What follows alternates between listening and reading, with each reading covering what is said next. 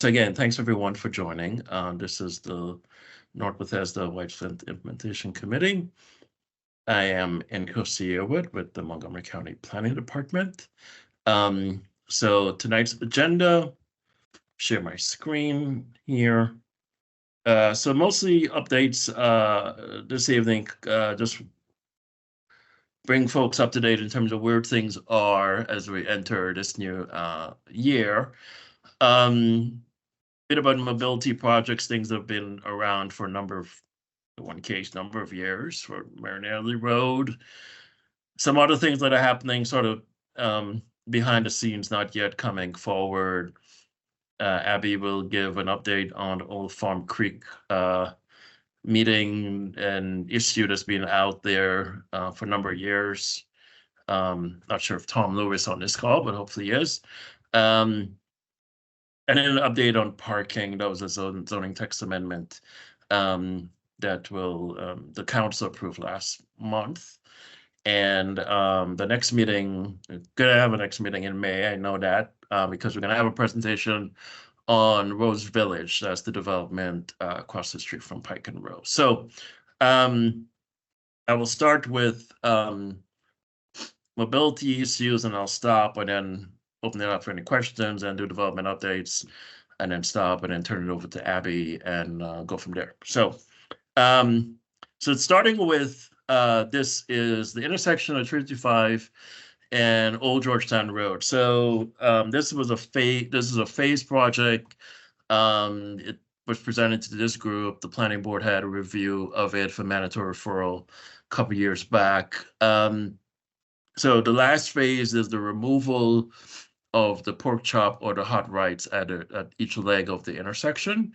So what you see on the screen is one of three options Montgomery County DOT is exploring to how, after those little lanes get removed, what happened to that, what's going to happen to that area. And the notion is to have some amount of plantings or seeding or potential, street trees. A variety of options are being explored. And I just wanted to note this in terms of one of the things that are sort of happening sort of behind the scenes. Not yet front facing, but once this project should get moving a little bit more this summer, this is one of the alternatives that's being explored by Montgomery County Department of Transportation on what's going to happen once this second phase of the project gets completed. The first phase included sort of setting the sidewalk back from the travel lane, putting in a green panel at the intersection of Old Georgetown Road and 55. So the next one is another project that's been out there much longer than the 55 Old Georgetown Road, is the Marinelli Road bikeway between 55 and Nebel. There's been a multitude of delays on this project, including coordination with Pepco substation, coordination with the building that Elcor is doing. But hopefully, just by July, construction should start on this another portion of the bikeway infrastructure in North Bethesda. Sort of the core area. Well, linking the bikeway that's on Nebel, taking folks to 355, and then eventually using the additional bikeway that's there today on Marinelli by the conference center. So I will stop and ask if there are any questions. You could raise your hand. You could put your question in the chat, either way. So I see one hand of Michael. Michael, good evening. Yeah, hi, Nikosi. Thanks for presenting this information. On that intersection of Marinelli and 355, on the southeast corner, which is the corner where the Nuclear Regulatory Commission original building is, when buses are coming north on Rockville Pike and turning right onto Marinelli, they have to make a very wide turn there, and they sort of sweep like very close to the corner. So if you're a pedestrian standing there waiting to cross, particularly Rockville Pike, you really need to step back and be careful. It's not that the drivers aren't being careful themselves, it's just the turn radius that they have to make because of the various constraints there. So my question is, do you know whether that situation is being, or can be mitigated with the other improvements that are now being performed at that location? Um, Can you kind of visualize like what I'm yeah, describing? yes, I know what you're talking about. But yeah, it's the first time I'm actually hearing about that as an issue. Um, in terms of what's happening at the intersection there at Marinelli as the buses turn to go down Marinelli to either go to the depot or to Right. primarily go Yeah. to the depot. Yeah. Um, So yeah, I like, think in terms of I know in terms of the work that MCDOT has done for the bikeway, and again, it's been around for a number of years. yes, They yes. work closely with Metro regarding the floating, what we call the floating bus stops along the corridor, along that Mhm. portion of the roadway. But in terms of of potential conflicts between the bus and pedestrians, I've not heard that. So that's my first reaction. But it's something we're gonna raise at MCDOT and go from there in terms of Yeah, what's if I could ask you to ask some folks, the relevant I folks, to stand at that corner for, mhm. 15 minutes, uh, and sort of experience what it might be like to cross over toward McDonald's as the buses are turning. And there's only a very small area there. Like the sidewalk is right there at the corner at the curb. There's not even like a big safety area like to kind of step back, because then you're into the bushes or the equipment and some other um, stuff that's there. I can't remember all Noted. the infrastructure, but if you would check into that, I'd very much appreciate it. Yeah, I see popped up on my screen. It's a senior person with MCDOT, Andrew Bossi. Andrew, Oh, any thoughts from you? Yeah, it's likewise the first I've heard about it, but I will relay it to the project manager, both for the Marinelli project, but also to our ride-on staff. There's a lot of different things you can do about that. Whether it just maybe pull back the median, maybe we just have to tell our drivers, hey, don't swing so tightly. I'm not sure exactly how much space or how constrained it is, but we'll check into it. thanks very much. Yep. Thank you for bringing Thank it up. you, Sure Michael. thing. Nicholas, would you put a reminder on the next meeting to kind of follow up on what the findings are on this, or at least preliminary findings, just so we can keep it on the radar screen? Okay, noted. Thank you so Uh, much. sure. I see the hand of Mary Ward. Mary. Yeah, I thank you, Michael, for bringing that up, because it is a real issue. People coming from the metro crossing to the south side of Marinelli on the east side of 355. I sometimes take a bike share from there and make that crossing, and there's barely enough room to put a bicycle and a person. And it is very dangerous and scary when those buses come screaming around that corner. If they have a green light or whatever. It's just a really tight turn, because there is a median in Marinelli, and there's like a little brick wall. I think just discourage people from jaywalking there. So anyway, it's pretty dangerous. And so that actually is a really nice segue into my question that I put in the chat, which is, what is that bikeway infrastructure going to look like on Marinelli as it goes down towards Neville? Is it separated bike lanes? Is it a cycle track? It's a separated bike facility. Yes. With a protected bike lane, not just a stripe. It's a combination of things that MCDOT is going to install there. Yes. Can we get more information about that? Maybe at the next meeting, just to see what the or if there's some information online, that would be great. There's Just what information that online. is. It's been presented to this group. Pat Shepard presented. I actually went back and looked at it in 2019. So it's been hanging out there for a number of years. So, but yeah, I could share with you that presentation, Mary. Yeah, because It really that would hasn't. have to, that whole issue with that little lack of pedestrian safety area would have to, account for a bike lane being added to that area as well. I assume. Yes, noted. I think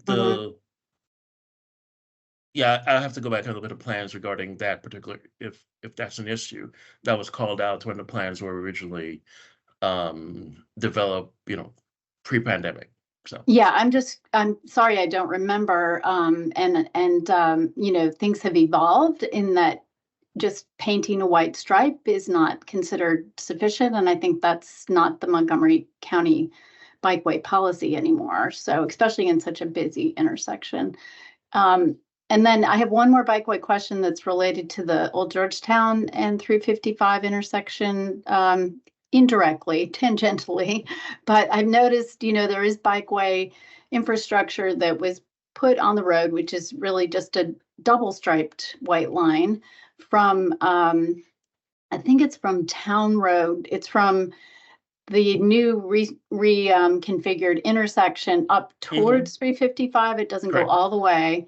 But cars are using that bike lane that's striped on the road for double parking. I'm not sure for what, in front of the gym, in front of the restaurants. And I was there Friday evening. There were 3 cars just parked in the bike lane, I think with drivers in them, because it's clearly not legal parking, but it's being periodically used just for cars to stop. And I don't know if they're running in to pick up food orders or what, but it's not working as a bike lane. I personally wouldn't use it because it's just a striped lane on a very busy road. But anyway, I thought, I don't know if Andrew's aware of that, but ought to take a look and really maybe even rethink that. Yeah, I know Dan Sheridan and others at DOT they've been looking at sort of comprehensively the bike infrastructure along Old Georgetown Road on both the west side and the east side. Because currently, as you well know, as part of the Western workaround, what was built is not sufficient. So, and in some ways, should be evaluated either hopefully this year or next to think about linking both sides of Old Georgetown Road with a proper, bike accommodation there. So, Andrew, any thoughts from you? I don't think I have much to add, at least from what I caught. I was somewhere between, I'm in another meeting at the same time and trying to write that email about the Marinelli bus turns. Just to make sure, would you mind just recapping briefly what the question was? There's some bike infrastructure I'm really talking specifically about a striped bike lane with no protection that is on the portion of, I think it's still called Old Georgetown Road, the part that connects to 355 in front of Pike and Rose. So where Town Road is, it doesn't go all the way to 355, but it's striped from the new Western Workaround Road to, I think it's called Town Road, the road that takes you into Pike and Rose at the IPIC and all that. So it's a bike lane that has 2 white stripes of paint, but cars, it's not the first time I noticed it, just most recently on Friday evening.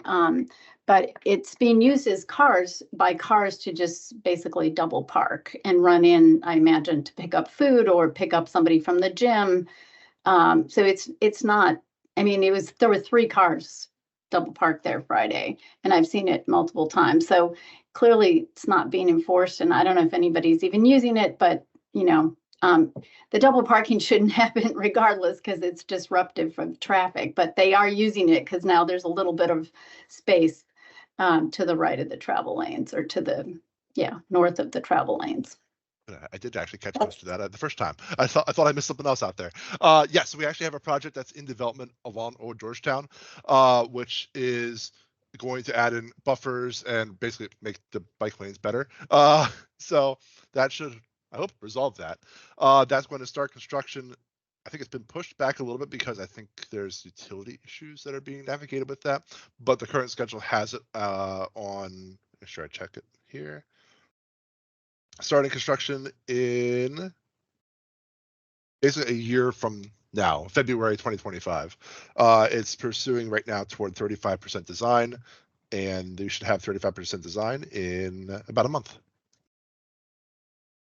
Great, thank you for the update. Maybe we could have a presentation on that at a future meeting. Yeah, I'll pass on the design manager over to Nkosi and see if we can get them to join us next time. Okay, great, thank you. All right, any other mobility transportation questions? All right, seeing no hands, we'll keep going. Just in case you do need me in the future, you might have to ping me in chat. Like I said, I'm in a couple meetings at the moment, so I'll be here, but I might need a push in the back to get me back to paying attention again. Thank you. So a couple development things are happening. Just to orient you a bit, so this is a slide people have seen before. We just added a few things on it for this conversation. So one is in the red here. Oops, is the fire station. So the fire station is in for a concept plan, which is sort of an initial submission to really get feedback from public agencies. And then that'll be followed with a formal mandatory referral. And then adjacent to that will be a Victory Housing senior development. And that's probably going to run its course into the spring, late spring, summer regarding official submissions of at least one of the two projects of the fire station. And then maybe the Victory Housing will come later. So this is land that's was part of Montrose Parkway, now Hanson Parkway. It's part of the interchange that was done several years ago. The state owned it, they transferred it over to the county, and it's the planned fire station here that's been delayed a couple of years for budgetary issues, etc. But it's going to get going. Construction should start next year. Next, in terms of the blue here, the blue circle is Rose Village. You've seen the sketch plan was approved in 21. The developer of that will come to this group in May to give a presentation on an update of it. But it's coming back in with a variety of affordable housing buildings on it, retaining one of the office buildings that are there today. Similar street network that was originally approved as part of the sketch plan. And it will be coming in under sort of a condensed time review based on the amount of affordable housing that's associated with it. And then finally, the Envoy, I believe, the L4 building that's broke ground in January, I believe. And that's probably the last of the L4 buildings that should go up. Another vertical high-rise 354 unit building, sort of finishing out L4's role at the metro station. At least on the building side, they're still going to have a role regarding the extension of some of the street network on the property. So that's what's in terms of development that's been happening a little bit behind the scenes on things that have come to the department or is sort of working its way through. So I'll stop, and I see Abby Milstein's hand. Abby. Hi, Nkosi, thank you. I have a question about the Rose Village development. Is that going to be a tear down of the existing buildings that are there with all like new Pike and Rose style development, or is this a retro, or are they building something around the buildings that are currently there? Correct, a little bit of both. It's going to be a tear down, a couple buildings, as well as retention of the garage. The garage just towards Henson Parkway will be retained, as well as one of the office buildings will be retained as well. And then new development will be filled in around that. So. Thank you. Sure. Brian Downing.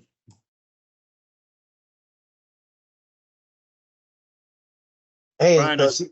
Yeah, hey, sorry, Brian. but how are you? Good. Just two questions. Is there any update on the park across from the acquisition of the Douglas development property in that park?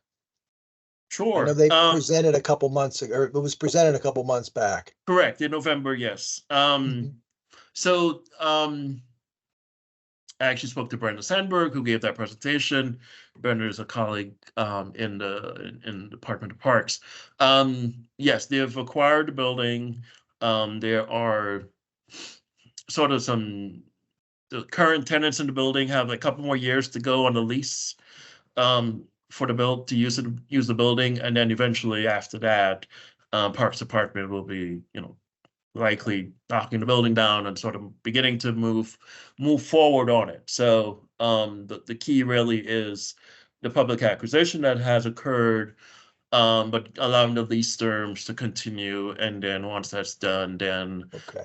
they'll begin thinking about putting both pieces together, both the piece that came via the dedication, Yeah. the half an acre piece, and then the larger Jamal property now owned by Parks, and then having obviously a concept plan and facility planning and all the different work that will be done by Parks. So you're at least on a quick, if it gets into the CIP and all of those things, we're several years away from actually seeing the Civic Green come to fruition. But at least we're moving in a positive direction on it. Yeah, the biggest step was taken, Correct. I think. Absolutely. Yes. Yeah. Yes. I have one other, thank you for that. One other quick question. I think there was another presentation on a housing development on Nebel next to the building with the Harris Teeter. Any update on Correct. that? No updates on that. I mean, they presented to the group back in November as well. 11800 Neville. We've not yet seen the actual sketch plan submission on that. So, but we know it's out there, and see if it's going to come to fruition, or if it may be delayed a bit. Okay, thanks. Mhm. All right. Any other development updates, questions, prior projects? All right. Seeing none, I am going to.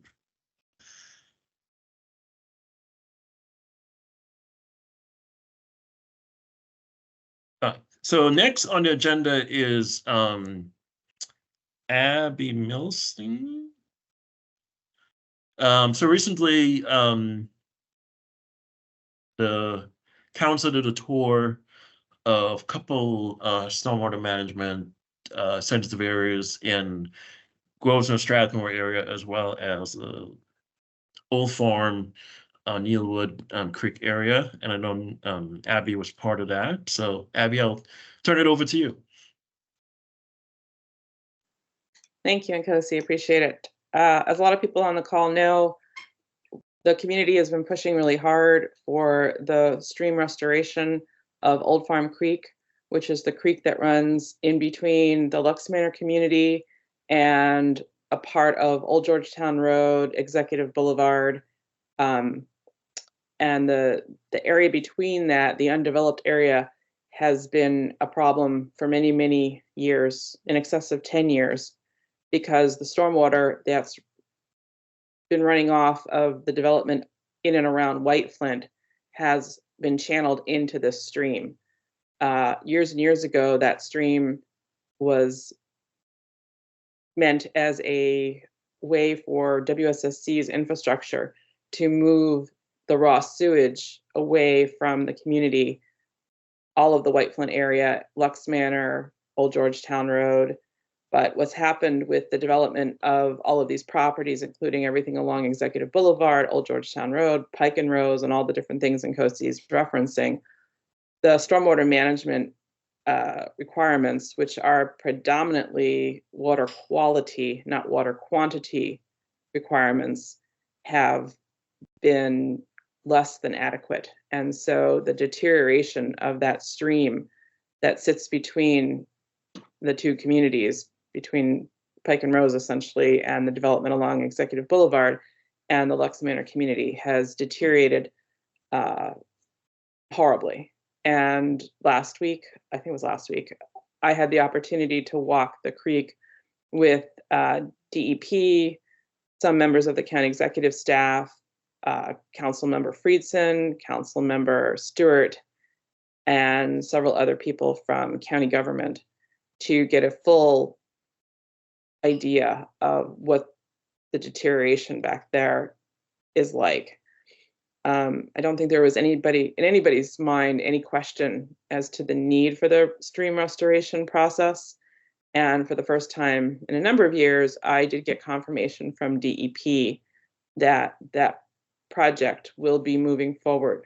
In fact, they're starting this week, and it will be a process where they will be going in and evaluating. My understanding was in the past that there had been obstructions to accessing the creek, both from the corporate development headquarters of the various businesses along Executive Boulevard. All of those requirements have been fulfilled. They've been able to get all the easements, both temporary and permanent. And the change has been that instead of accessing the creek from Executive Boulevard side, they're actually going to come in through the access road behind Lux Manor Elementary School.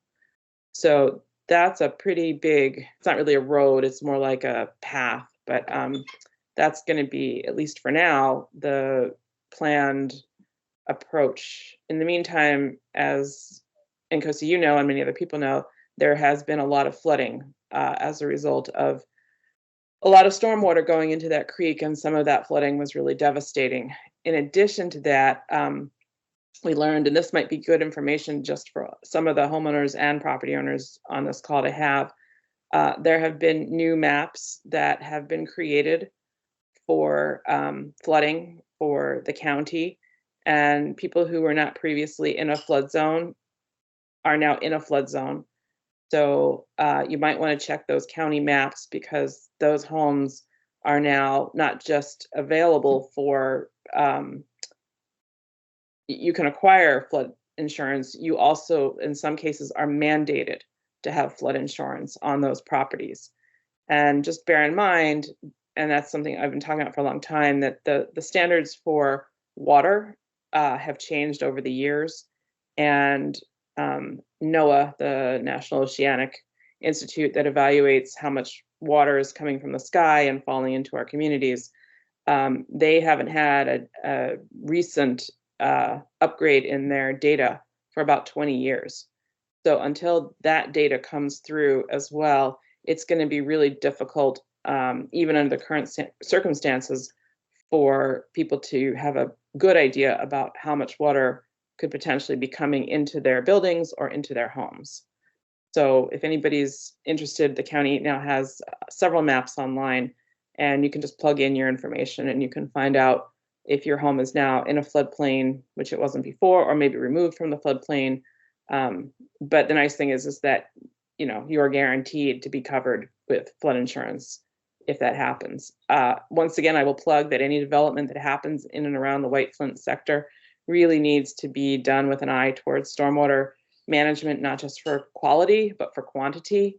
And folks who are developing these massive sites really need to keep the water on their properties and not let the creeks and the streams become their stormwater plan, because it doesn't work and it will destroy the infrastructure that's already teetering on the edge of a not good situation for everybody. That's it. Thank you. Sure, thanks. Any questions or follow-up questions for Abby? Can we get a link to the updated flood map? I'm trying to find it online and I wasn't quite sure. And Nkosi, do you have the DEP website? You can. I could share it. I could find it for sure. So that'd be great. Thank you. There is a period of time. I don't know where we are in that period for letting the process. So the county's still working on the process for evaluating the flood maps. And there's a period of time where you can appeal the decision of these particular maps. I don't know if we're still in that period or not, but it's worth at least reaching out to them if you find that your property or your building is now in a flood zone. They can take a look and have a sort of revamp. They only sent notices out, they said, to people who had a change in their designation of flood zone mapping, but I know many people in our community never received those letters. So it's probably worth the time and effort if you are a property owner or business owner to take a look at that and see if you happen to fall within the purview of the new flood map zoning.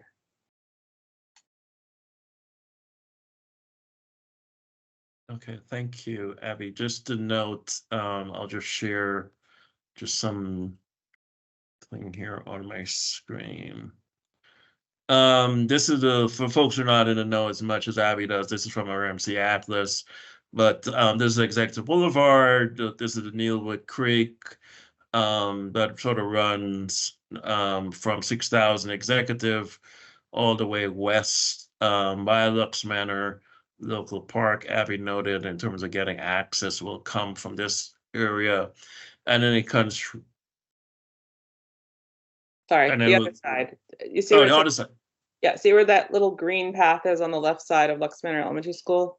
Okay, That's where right. they're coming in. And then they'll go straight back, and the project's supposed to run from, actually, the creek runs all the way under Old Georgetown Road, but Correct. it's not depicted on this map. It's going to start about where it's depicted on your map, maybe a little bit further. I guess that would be east, and then it's going to run all the way back through Lux Manor. Yeah, Correct. And it this won't is go all. Danville. It goes It through won't go up Danville. now. It's not going to go all the way that far up, but it will stop behind the Lux Manor Local Park. Okay, right That's here. the end of it. But it will be that stretch in there behind all the buildings. Okay. Yeah, because it took a number of years to get agreements from property owners, because I know I've been a point of contact on some of them. So good to know that there's progress, because it started and it stopped for several years pre-pandemic, but good to know that it's moving. So and I think the last thing that I have on my agenda is actually Suzanne asked me about this, and I'm gonna get there eventually if I could get my right slide up. There we go. This is really a detail regarding zoning issues and zoning text amendments. So the council a couple of weeks back approved the zoning text amendment that essentially the zoning ordinance today allows sort of a minimum baseline for parking, and they also have a maximum. So you have a floor and a ceiling. And what it did is that it sort of removed the sort of minimum baseline regarding provisional parking. So if you're within half a mile of metro, which most of the North Bethesda White Flint Plan area is within a half a mile, this will be applicable. Purple Line stops, future BRT stops that are being funded for construction in the CIP. So those places wouldn't have to provide this sort of minimum baseline parking. Notion is that obviously less parking. We have transit, there's a land use component there, as well as a cost factor regarding not providing significant amount of parking on many projects, which in some cases are not utilized. And then it's a sort of a very costly factor when you think about one space, could vary if it's above ground or below grade, on a magnitude from low end, maybe 35,000 up to 75,000, $100,000 or more per space. And on a big project, obviously there's a lot of cost implications there. So the council moved in that direction. I think much of the development in North Bethesda that's near transit obviously will be applicable, but parking will still be provided, likely modified based on this. This was only approved a couple of weeks back, but I think many of the projects which have been previously approved and built, did have within them discounts for affordable housing, discounts for being in a parking, sort of a transit served area, another portion of the zoning ordinance. So I know this is a request I got from Suzanne. I'm not sure she's on this call, but I just wanted to touch briefly on it. And yeah, so if there are any questions on that, I could answer. If not, if there are any other topics or issues that folks want to share. Oh, I see a couple hands. Sorry, I didn't see that. Miss Suzanne Beckner, yes. Yeah, this is the other Suzanne. The other Suzanne, correct. Suzanne Hudson, to be clear. Suzanne Hudson asked me about the parking, correct. Oh, okay. I guess I have a little bit of a concern about that. As I remember the plans for building, a housing complex on Neville at the foot of Old Georgetown, behind the metro station, and there seemed to be a very limited number of parking spots. And I mean, this is a senior living place, and so senior living folks are going to have caregivers, family visitors, contractors, all of that. And I mean, I appreciate what the county's trying to do with public transportation, but also, an elderly person with a walker living down there would have a very hard time walking up the hill of the metro, or, getting their groceries and being on the bus. And I know they're doing the same thing in Kensington too. I have some friends over there, and I mean, I think that's a real concern. Just to be clear, so the two projects on Neville, none of them are senior. The only senior development is across the street from Pike and Rose. That's the project has not yet broken ground.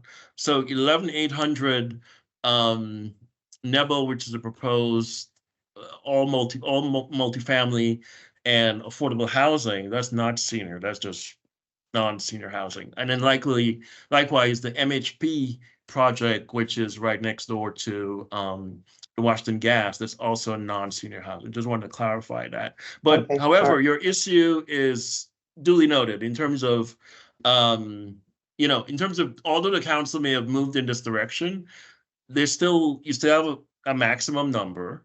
And any developer who wants to make sure that their tenants have a space to park a car will be providing parking. But from the public side, really wanted to, again, based on the council's direction, is to provide some amount of more investment regarding transit, as well as providing a little bit more flexible options for people who are looking to develop in different parts of the county.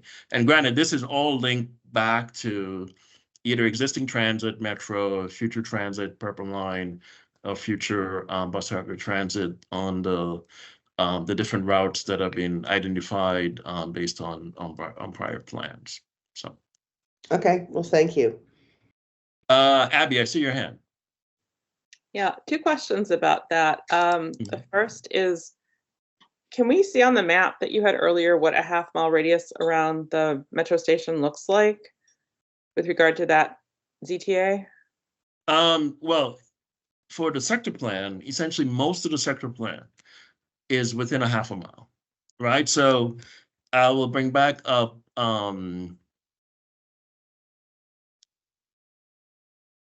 this aerial.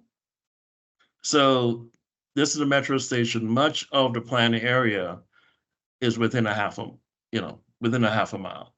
And that's from the existing metro station entrance at 355 and Marinelli. Doesn't include the proposed northern entrance, but the existing one there. So it goes down to the former White Flint Mall. It's sort of around, I think once you hit security, it's a little bit more than a half a mile from the metro station. So. And would the second North Bethesda metro opening extend that zone, assuming it opens, or would that still be confined to the original metro opening? Yeah, if that comes online in the future, and we anticipate that will come online sometime down the road based on potential funding, then yes, that will you'll establish a new portal there, and you could, if a project comes in, north of that potential stop entrance, yes, that will be included. And does that apply exclusively to residential parking? Residential, correct, residential. Yeah. But not commercial? Not commercial. Okay, thank you. All right. Mary Ward, I see your hand. And Brian. Mary Ward first, then Brian. Okay, thanks, Nkosi. Yeah, I just wanted to point out that the White Flint Mall property is really beyond that half mile, and that was an issue back in the early days when we were talking about.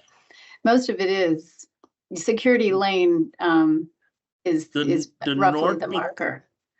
Yes, however, the White Flint Crossing, where JBG built that building with the Whole Foods, that's a little bit underneath a half a mile from the metro station. So I just wanted to, for everyone purposes, in terms of orientation purpose, that's another marker to think about. So, all right, Mary. Okay, but the actual bulk of the mall property is further than half a mile, as is the, the down to Hillary Lane is about 3/4 of a mile, which is the southern border.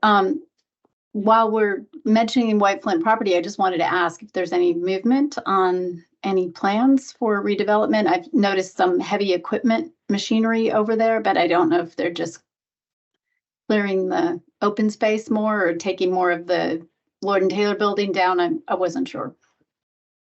I don't think Jim Policaros is on this call, but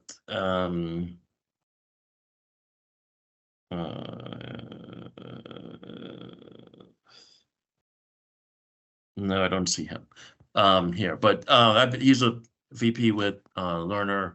Been in communication with him the last couple of weeks, but yeah, nothing to report on that property. So okay, and just a quick question, because I noticed when you showed your map of development status, it does show, that they have an approved sketch plan, but that was 2012, over 10 years ago, I think. Or so, is there any expiration date on those? Because obviously, like Abby pointed out, with flooding and rain, stormwater runoff, all these things have changed as we become more aware of our climate-related issues. And obviously, we're tweaking things like parking rules, and which is great. I'm totally supportive of that. But is that plan what we should be expecting, or do they have to come back to the planning board? The older sketch plans did not have didn't have a termination or the validity of them, but likely whenever that property owner comes in, there'll be a completely new plan. The market has shifted significantly since that was done in 2012. So so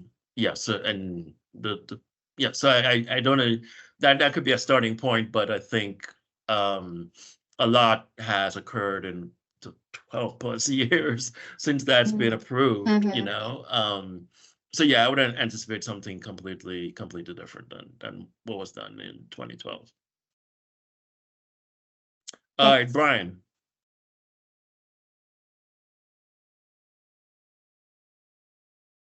My mic was off, pardon me. I was just curious, the that elimination of minimum, is the council thinking about, or when they did that, were they looking also at needing to probably implement more regulation of on-street parking?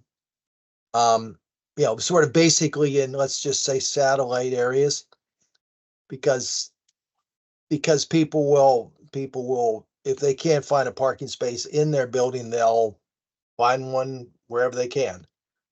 And so I'm wondering whether the council had any discussion about that. I tracked this tangentially. I don't recall that sort of coming up, but I know in terms of projects over the years reviewing them is that, there's always a concern not on the multifamily side, but mostly on the townhouse side, in terms of parking. People can't find just the parking, so the parking in the neighborhoods and things like that is an issue. But in terms of the council discussion, I don't recall that specifically, Brian, being talked about as an issue when they were reviewing the zoning text amendment. Okay, thanks. But it's an issue that's going to be out there. I think especially on the less on the multifamily side based on prior experience, but more on the townhouse side, and maybe in some cases depending on maybe some senior housing and things like that, depending on the location. So Yeah, okay, thanks. All right. Any other questions? Is Tom Lewis on this call? I don't think I saw his name. Let me check. I do not see him. So, all right. So I'll circle back to him to get any updates he may have. So, any oh, Ed Rich. I just wanted to let you know that I posted in the chat a recent article in Biz Now that talks about the learners and their plans for real estate, and it talks about White Flint being something that they're not moving on. So just thought you'd find it interesting. Yes, I read that article as well, and yes, they'll do something with it sometime. We don't know. Whenever, right. Yeah, whenever they're ready, I guess they'll come to the planning department, and we'll have a conversation with them regarding what they want to do with the property. So, so not seeing Mr. Lewis. Are there any other are there any other issues, topics for tonight? Yes, Abby. Just had a quick question about the most recent CDA at the council regarding turning private schools and churches into low-income housing. Do you have a status on that decision? And if so, would it impact the area at all? I know there's a couple churches within the plan and a couple private schools. Yes. I mean, it's a zoning text amendment that's been proposed by several council members that will allow private educational institutions as well as religious institutions to have residential development such as multifamily on their properties via a conditional use. They still have to deal with the hearing examiner on it, but by and large, yes, it will apply countywide. It's for the detached residential zone. That's R60, R90, R200, and I think RE1. I'm not sure on the RE1 piece, but primarily on the residential zones. And the notion is to sort of, again, provide an incentive for institutional property owners to think about adding additional uses on their property. So I'm working on a plan now for University Boulevard where we have tons of institutional uses, including churches and synagogues and things like that, temples. And again, there's a notion that there's been a deficit regarding housing production, and the council is looking at different ways to provide housing at not only traditional locations, but looking at institutional locations given national trends regarding church attendance and trying to reposition some of these frankly some of these underutilized properties. So I believe it recently had a public hearing on it, the zoning text amendment. So we'll eventually get to the full council, and I think most of the council members were sponsors of it. So it's eventually gonna pass. It's just a matter of whenever it gets to them for completion. So, but in terms of bringing it home to North Bethesda, yes, some of the properties on Old Georgetown Road will be eligible to use it. In the plan area for North Bethesda White Flint, Yes, we do have that synagogue on Wood Glen. It's there. That's the only religious institution within the planned area. Yes. But then obviously we have others that are primarily on Old Georgetown Road that are also going to be eligible. So. Okay, thank you.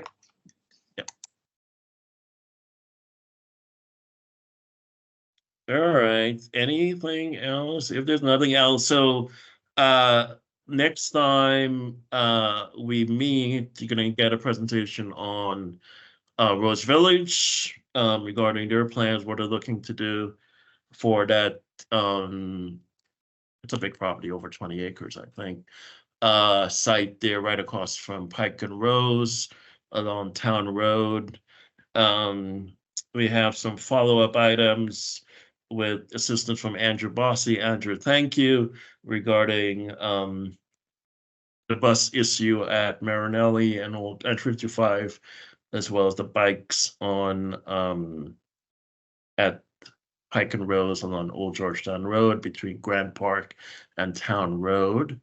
And then I'll share with Mary the prior presentation that was done several years back, and I'll give you also a contact name regarding the project manager for the Marinelli Road bikeway, so you'll have a contact there as well. So if there are no other questions or topics to present, thanks everyone for joining, and just let me know if there are any North Bethesda Whitefield things you need to talk about for the next meeting. Please let me know so I could put it on the agenda. And then eventually we'll sometime need to find a home to actually meet in person again. Since this, so that will happen sometime. I don't know when, but so with that being said, if there are no other questions or comments, thanks everyone for participating.